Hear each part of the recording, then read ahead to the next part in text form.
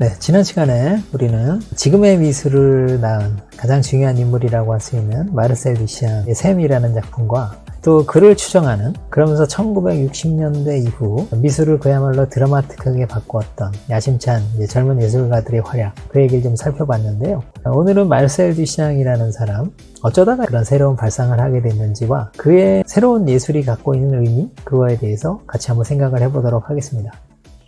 여러분, 마르셀 듀샹은 이렇게 생겼어요.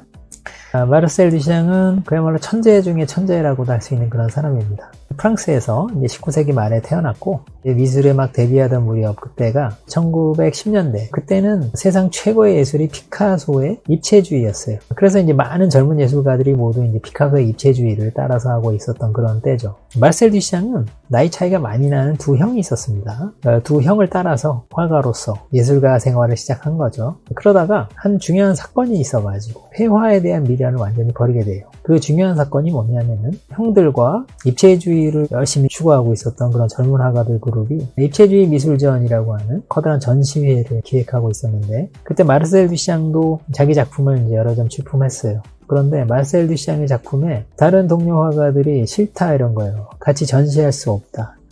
동료 화가한테 그렇게 얘기하기는 상당히 쉽지 않은 것 같은데, 근데 어떤 작품이었냐면은 바로 이 작품입니다. 계단을 내려오는 누드 2, 그 작품이죠. 일단 얼핏 봐서는 이게 어떤 작품인지 잘 이제 눈에 들어오지 않는데요. 자세히 보면은 계단을 내려오고 있는 여인의 모습을 연속 촬영처럼 그려낸 거라고 할 수 있습니다.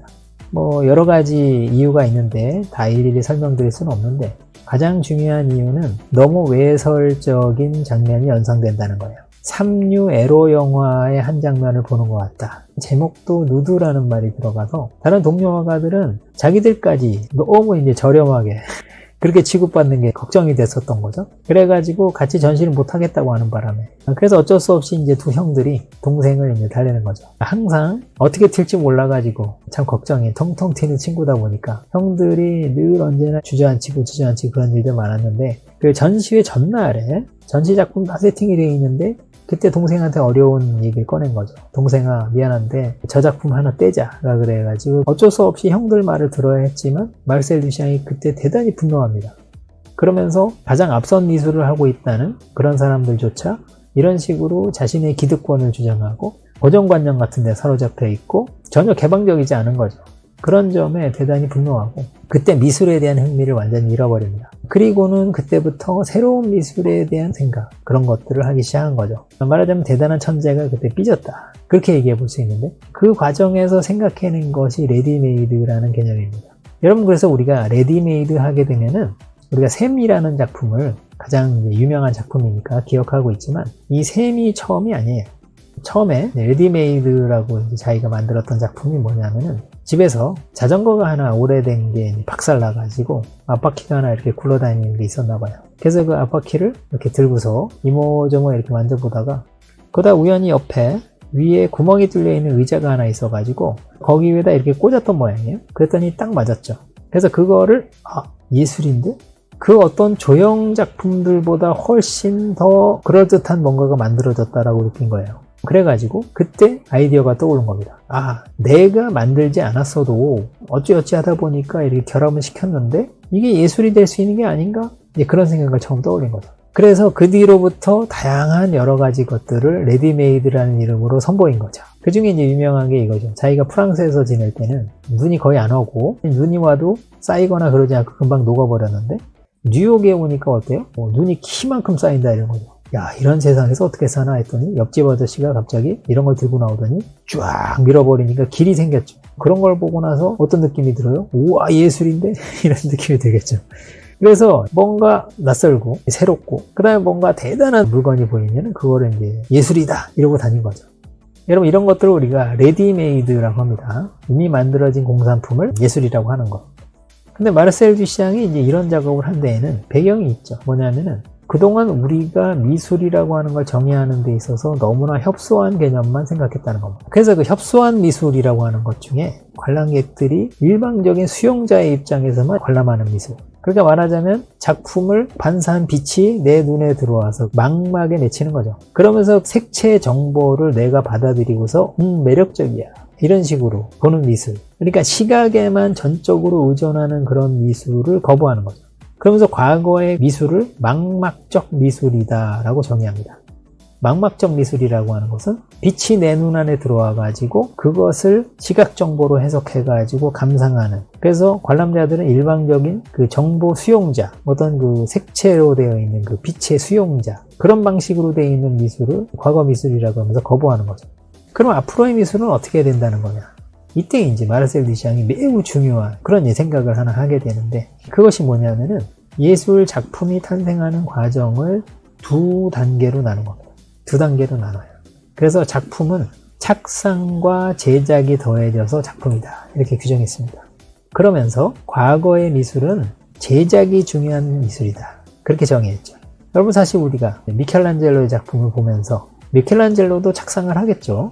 대리석 이런 것들을 보면서 여기에 어떻게 깎아야 되겠구나, 이런 생각 하겠죠. 착상이라는 게 분명히 있습니다. 하지만은 우리가 어떤 작품을 감상할 때 그런 착상을 우리가 중시한다기보다는 미켈란젤로의 탁월한 손이 그 대리석을 깎아낸 그 기술에 우리는 굉장히 중요성을 부여하죠.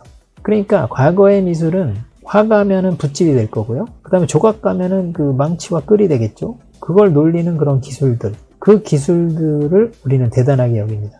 그러니까 과거의 미술은 착상이 아니라 제작에 방점을 두는 그런 미술이었던 거죠. 그런데 마르셀 듀샹은 과감하게 그 관계를 뒤집어 버립니다. 즉, 이제는 무엇이 중요하다? 착상이 무엇보다 중요하다, 그런 얘기죠. 그래서 제작은 어떻다? 자기가 직접 만들지 않아도 된다, 그런 얘기입니다. 그래서 제작이 아닌 착상이 중요한 미술, 그럼으로써 착상이 그 가치를 인정받아서 작품이 되는 것, 이 얘기를 한 거죠. 여러분, 그러면은 많은 분들이 또다시 욱 하실 것 같아요. 뭐냐면은 아무리 그래도 그렇지 미술이라고 하는 게, 예술가가 그래도 노력을 하죠. 미술을 공부하고 평생을 갈아 넣는단 말 참 많이 하는데, 평생을 갈아 넣어서 갈고 닦은 탁월한 기량을 우리가 보는 거지 라고 생각하시는 분들 여전히 많죠. 그렇기 때문에 자기가 직접 만들지 않아도 된다라고 하는 그 말에 우리는 사실 대단한 거부감을 느끼게 되어 있습니다. 여러분, 그런데 요즘 우리 시대에는 미술이 달라졌어요. 여러분, 자기가 직접 만들어야 될 필요가 없습니다. 여러분, 우리 시대에 제일 잘 나가는 예술가 중에 제프 쿤스라고 있습니다. 이 사람은 네오팝이라고도 분류되는데 정말 많은 사람들이 좋아하죠. 그리고 이제 이 사람 작품 앞에서 인증샷 찍고 뭐 그렇게 합니다. 그런 인기를 누리고 있는 이런 사람인데, 이 사람이 그럼 자신의 작품을 자기가 만들었느냐? 아니죠. 자기 스태프들이 만들었죠. 그래도 그 누구도 뭐라고 하지 않습니다. 제프 쿤스의 작품은 일단은 재밌습니다. 그리고 친근하죠. 우리가 어린 시절에 놀이공원 갔을 때 어떤 아저씨들이 막대풍선 불어서 꽈서 이렇게 만들어주던 강아지, 이런 거 기억하시죠? 어린 시절 추억도 소환하면서 그런 것들을 즐기는 건데, 이 작품들이 스테인리스로 만들고 높이는 한 3m 정도 됩니다. 그런데 이게 얼마 정도 할 것 같으세요? 네. 여러분, 이게 요새 경매에 나오고 이러면은 입이 떡 벌어지는 가격에 거의 됩니다.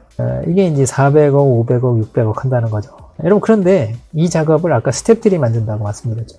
그럼 예술가는 뭐 하냐? 예술가는 이것이 대중들의 사랑을 받는다라고 하는 어떤 그런 착상을 해낸 거죠. 착상을 해낸 거고, 뭐 하는 일은 있습니다. 예를 들면 어느 나라 호텔에서 그 풍선 강아지 하나 만들어 달라고 했다, 이렇게 의뢰가 들어오면은 제프 쿤스는 강아지? 그동안 무슨 색깔 만들었지? 라고 물어보고선 자기 리스트 한번 딱 보고서 빈 색깔 있으면 하나 그렇게 지정하는 거죠. 이번에는 노랑으로 가자, 이런 식으로.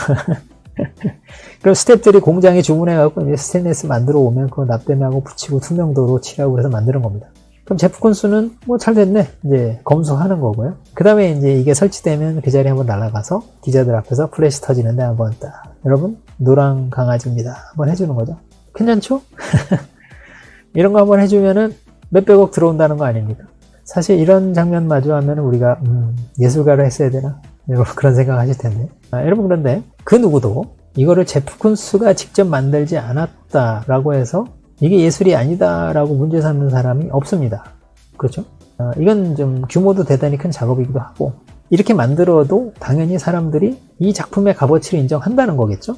네. 그래서 요즘 시대의 미술은 이렇게 이제 많이 바뀌었습니다. 그런데 많은 분들이 여전히 제프 쿤스 같은 사람도 이제 날강도 같은 사람이다, 아이디어만 괜찮은 거 있으면은 열심히 현란한 이제 몇 마디 말로 이렇게 때우고 하는 걸로 예술이라고 우기는 거 아니냐. 네, 그렇게 생각하시는 분들이 있어요. 근데 요즘 미술은 이제 거기에서 너무 많이 멀리 왔죠. 그리고 이제 이런 분들도 계세요. 그러면은 예술가가 아이디어 하나 있으면은 다른 사람 시켜서 만들고 그런 것도 다 예술로 인정해야 된다는 겁니까?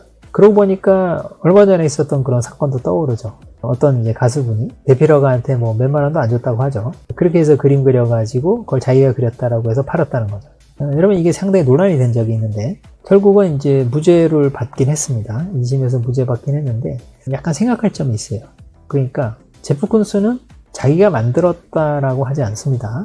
당연히 자기 스태프들이 만든다는 걸 공공연히 얘기를 하죠. 그러니까 서양에서는 이미 예술가가 직접 만들지 않아도 되는 것이 받아들여지고 있는 반면에 우리나라에서는 아직도 굉장히 강력한 사람들의 거부감 그런 것들이 있어요.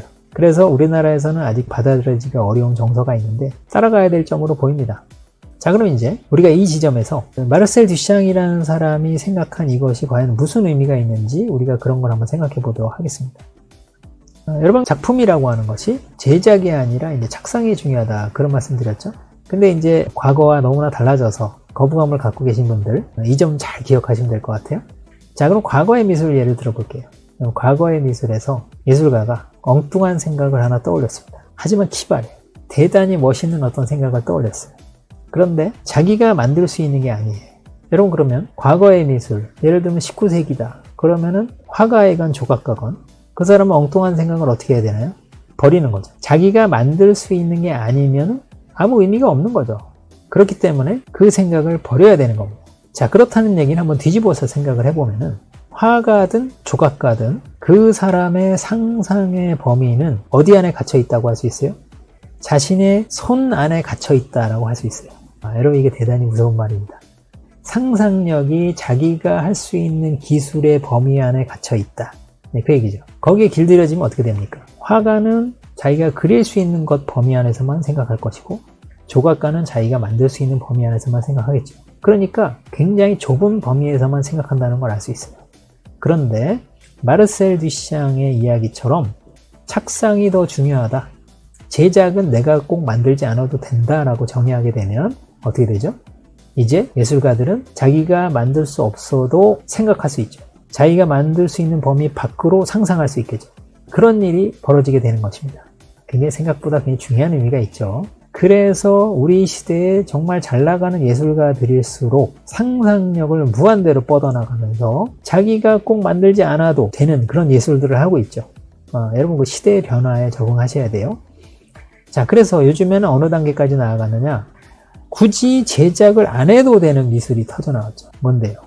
생각이 있고 그 다음에 굳이 물건으로 만들지 않아도 예를 들면 어떤 실행만으로도 예술이 될 수 있지 않을까? 여러분 그래서 행위예술 같은 게 있는 거고 그 다음에 이제 대단히 독창적인 개념미술 같은 것도 만들어지는 거고 그런 거죠. 여러분 이런 미술들이 생겨날 수 있었던 것에는 다 무엇의 영향을 받았다고 봐야 돼요? 즉 제작의 구속에서 예술가들을 해방시킨 마르셀 듀샹의 생각이 있었다고 봐야 되겠죠. 여러분 그래서 마르셀 듀샹의 이 엉뚱한 생각이 미술을 근본적으로 바꾼 것입니다. 이해하셨죠? 자, 그래서 요즘에 가장 잘 나간다라고 하는 예술가들을 한번 눈여겨보세요. 눈여겨보시면은 그 사람들의 작업은 자신의 손에 갇혀있지 않다는 걸 아실 거예요. 여러분 이 점이 정말 중요한 얘기죠. 자, 그래서 마르셀 듀샹이라는 사람이 현대 미술에 얼마나 중요한 영향을 미쳤는지 오늘은 이제 그 점에 대해서 한번 말씀드렸습니다. 여전히 듀샹의 소변기는 작품으로 인정할 수 없다. 그런 분들에게 새로운 작품 하나를 소개해드리려고 합니다. 한 예술가가 바다에서 건져올린 고대 유물들을 전시한다는 거였죠. 그게 모두 만든 거였다는 거죠. 다 가짜였다는 겁니다.